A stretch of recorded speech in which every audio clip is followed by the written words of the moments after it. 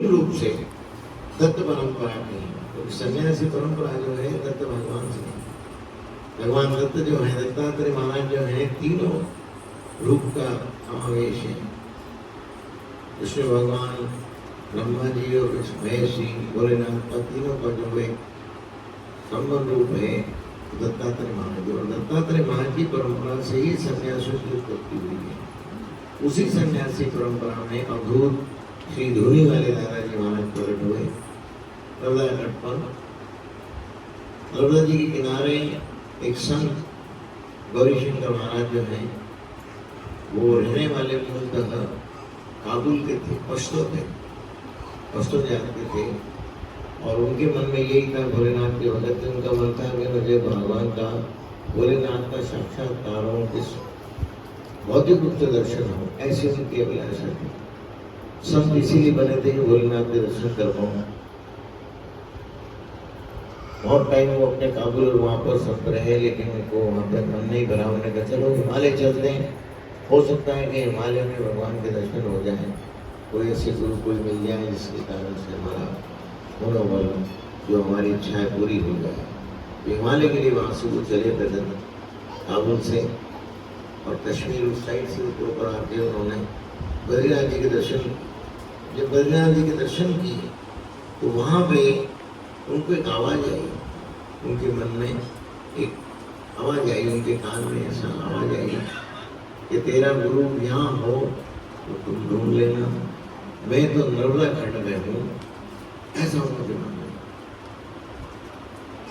मैं फिर ध्यान दिया कि हो सकता है कि मेरी कोई खुद की आवाज़ आ रही हो, या मेरे को भ्रम हुआ। उनको भ्रम होने के बाद फिर भी उनको दोबारा, नहीं तेरा गुरु यहाँ हो तो ढूंढ लेना हिमालय में, मैं तो नर्मदा खंड में, ऐसे उनको आवाज आई। अब वो वहाँ किसी से पूछा उन्होंने कि भाई नर्मदा खंड कौन सा है? वो रहने वाले काबुल साइड के थे, पश्तो, उन्हें कभी नर्मदा जी दर्शन नहीं किए, इसलिए आए नहीं थे। उन्होंने कहा भाई मध्य प्रदेश में जाओ। मध्य प्रदेश को पहले सेंट्रल इंडिया बोला करते थे, सेंट्रल प्रोविंस के नाम से बोला जाता था। मध्य प्रदेश नाम बाद में हुआ था, पहले इसका नाम था सेंट्रल प्रोविंस, सीपी बोलते थे, और सीपी बनाल के नाम से इसकी नागपुर राजधानी हुआ करती थी उस समय। उस समय वहाँ से चले तो जबलपुर के लिए किसी संत ने बता दिया, वहाँ दर्शन करते करते जबलपुर आ गए। जबलपुर आके उन्होंने नर्मदा जी के दर्शन किए, छीटा लगाया, स्नान किया, प्रणाम किया, और जो अपनी रोज की संध्या थी, रोज का जो नियम था, नर्मदा जी किनारे बैठ के पूरा किया। और फिर माई से प्रार्थना करी कि माई दया करो, मेरे को भोलेनाथ का दर्शन करना है। उनको कोई आवाज़ नहीं आई, कुछ में आवाज़ नहीं हुआ, लेकिन एक संत से पूछा कि भाई नर्मदा जी की मेरे को ऐसी आवाज़ आई बद्रीनाथ जी में कि तुम्हारा गुरु यहाँ हो तो तुम ढूंढ लेना, हम तो नर्मदा खंड में। उन्होंने देखो भाई नर्मदा खंड यदि तुमको आवाज़ आई है तो नर्मदा जी का उत्तर तट है और दक्षिण तट, ये दोनों तटों को ही नर्मदा खंड कहा जाता है।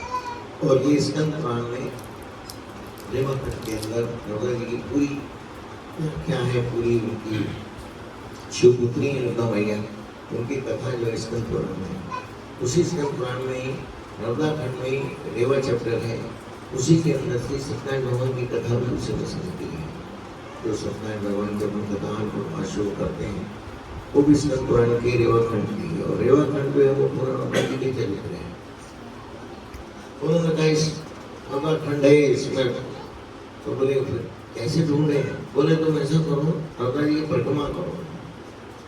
परिक्रमा शुरू कर दी उन्होंने, जलपुर से अमरकंटक गए, अमरकंटक से भरूच। अब वो परिक्रमा करते करते, और परिक्रमा का नियम है 3 साल 3 महीने 13 दिन में एक परिक्रमा होती है। 3 साल 3 महीने 13 दिन में एक परिक्रमा पूरी, ऐसे उन्होंने पूरे नियम से परिक्रमा करते हुए 12 परिक्रमा हो गई। 12 परिक्रमा होते होते उनकी अवस्था काफी हो गई। लेकिन इसी बीच पहली परिक्रमा में लोग तब बाद में धीरे धीरे इनकी परिक्रमा में सारे संत और परिक्रमावासी शामिल हो गए, और उनकी जमात बन गई, संतों की जमात हो गई। और सन्यासी परंपरा के थे, दत्त अखाड़े में उन्होंने सन्यासी दीक्षा भी ली थी। 10 नामी सन्यास 16 मणि के उन्होंने संन्यासता लेके और ये परिक्रमा करी। धीरे धीरे बहुत संत, और ऐसा हुआ भगवान गुरु महाराज ने जैसे कि उनकी जमात में 150 से 200 साधु हमेशा रहते थे, परिक्रमा लगाते। उनकी जमात में जब 12वीं परिक्रमा लगा रहे थे तो लगाते लगाते 12वीं परिक्रमा तो पूरी होने से पहले उनके मन में ही आया कि 12 परिक्रमा लगा ली, अवस्था भी उनकी करीब 70 से ऊपर हो गई होगी।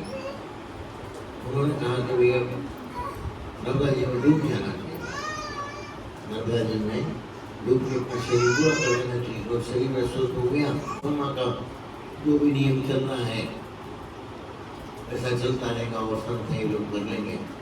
और कमल भारती बाबा को उन्होंने अपने लिए बता भी दिया, लेकिन डूबने का उनको किसी को नहीं बोला। मैं जमात चलाऊँ थोड़ा शौक थे, लेकिन एक दिन सुबह रोज 4 बजे उनके नर्मदा जी स्नान करते थे। उस दिन उन्होंने 3 बजे और किसी को अपना मनोरथ नहीं बताया, और 3 बजे उठ के उन्होंने नर्मदा जी स्नान के लिए गए।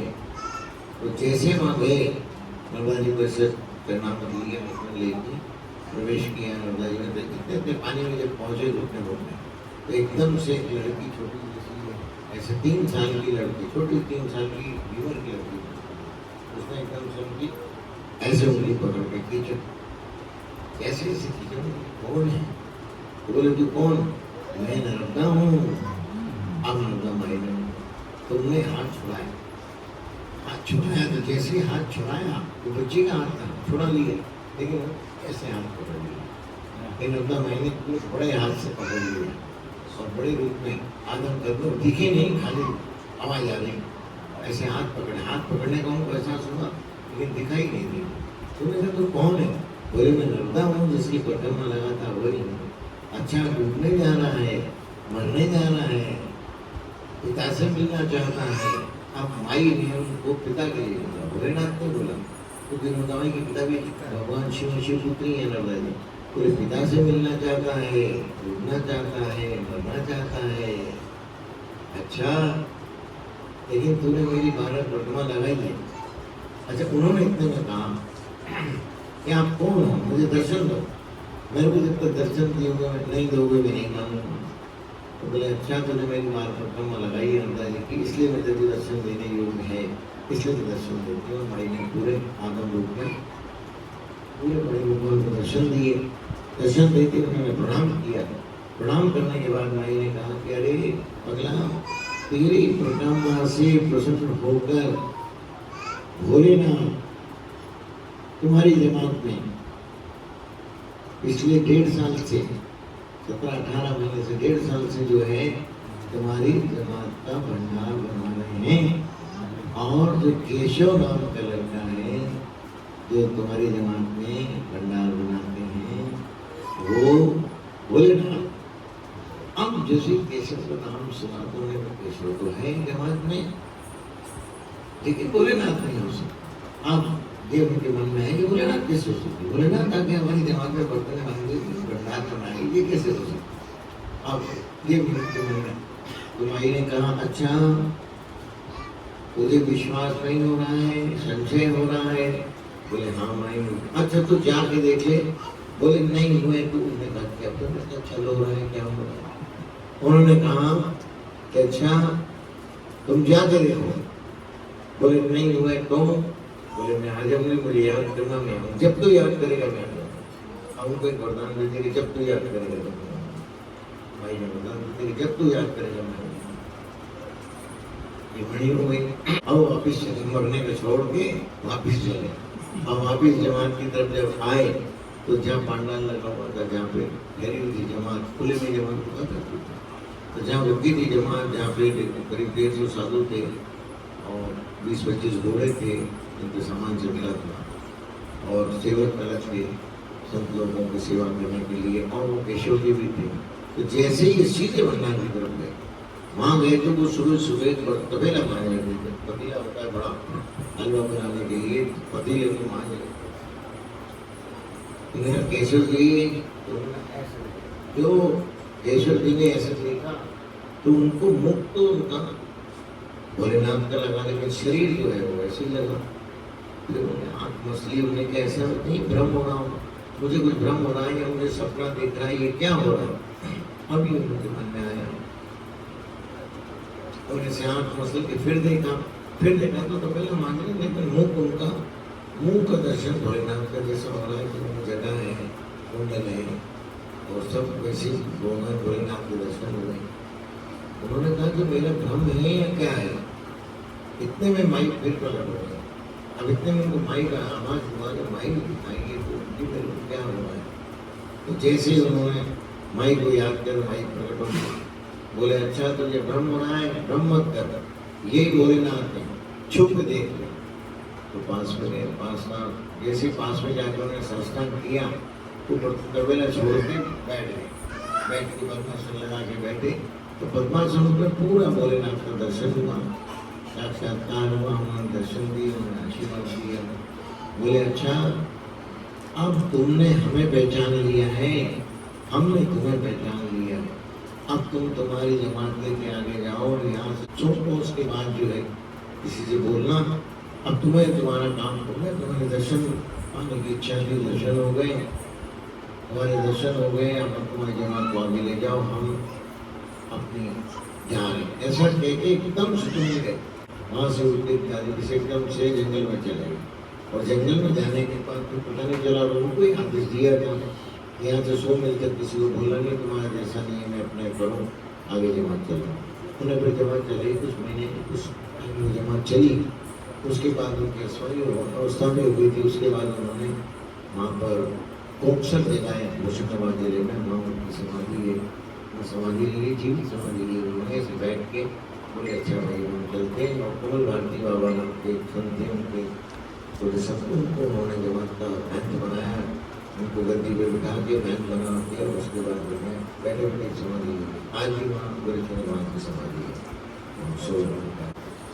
लेकिन ये जो भगे जंगल में केशव जी, बिल्कुल जंगल में भगने के बाद और 3-4 दिन किसी को नहीं मिले, उसके बाद 4 दिन के बाद जहाँ साइकिला देगा है, जहाँ से दादाजी के अपन सब मानते हैं, जहाँ से उनका अपन मानते हैं, वहाँ पे किशोरावस्था में 17-18 साल की उम्र हो गई और 18-20 साल की उम्र के आसपास किशोरावस्था में वहाँ छत के ऊपर बैठे हुए बच्चों को कबेलू मारना, पत्थर फेंकना, मारना। तो बच्चे चिल्लाते अरे पगला बाबा, पगला बाबा, पगला बाबा, पगला बाबा करते बच्चे, और इस छत से उस छत को चले जाना, ये करना, कभी गाय में चराना, कभी ऐसे करके उनकी लीला। लेकिन जिसको वो मार देते या गाली बक देते उसका काम सिद्ध हो जाता। तो लोग अपने काम के लिए, अपने मतलब के लिए आते थे, बोलते थे बाबा, पगला बाबा हम कोर्ट के जा रहे हैं, हमारा केस हो जाएगा, जाओ। बोलते कुछ नहीं, डंडा मार दिया, डंडा रखते थे तो डंडा मार दिया, काम हो गया। गाली बक दी, जिसको गाली बकते थे वो ठीक हो जाता था। तो हमारे भगवान बीमार हो, मेरे को बुखार है, मेरे को बहुत ये हो रहा है। अच्छा, और जिसको वो डंडा ही मारते थे उसका काम नहीं होता, लेकिन जिसको डंडा मारना, गाली बक देते थे उसका होता, तो सब लेके बोलने लगे। धीरे धीरे इसी में मशहूर हो गए कि डंडा मारते हैं उससे काम होता है, ये गाली बकते हैं उससे काम होता है। इस तरह दादाजी की जो प्रसिद्धि है इस तरह से होती गई। फिर उन्होंने धुनी में लकड़ी उठा के लगा ली, वहाँ धुनी लगा के धुनी पे बैठ के, जहाँ सैकड़ा धुनी है, वायु में धुनी है, वहाँ लकड़ी लगा के अग्नि चेतन करके, और जो भी कोई आए, पानी की चीज आए, कोई कुछ भी लेके आए, धुनी में डाल दो और मस्त। तो इस तरह से फिर धुनी मेरे दादाजी के नाम से मशहूर हो गया। फिर वही धुनी वहाँ से चली, चल के फिर खंडवा में धुनी है, खंडवा में धुनी है। इस तरह से धुनी मेरे दादाजी जो है वो शिव रूप जो जिनको दर्शन दिए थे शिव रूप में गोरक्षनाथ महाराज को, वही शिव रूप में आगे जाके धुनी वाले दादाजी केशवनाथ जी महाराज जी के नाम से हम सब लोग जानते हैं। हमारी परंपरा में बड़े दादाजी के रूप में उनको मानते हैं, उन्हीं की परंपरा में आगे धुनी हरि भगवान छोटे दादाजी जिनके दर्शन हो रहे सामने, उनकी परंपरा हुई। इस तरह से दादाजी की जो परंपरा है वो धुनी वाले दादाजी के नाम से हम सब लोग उनकी मानते हैं।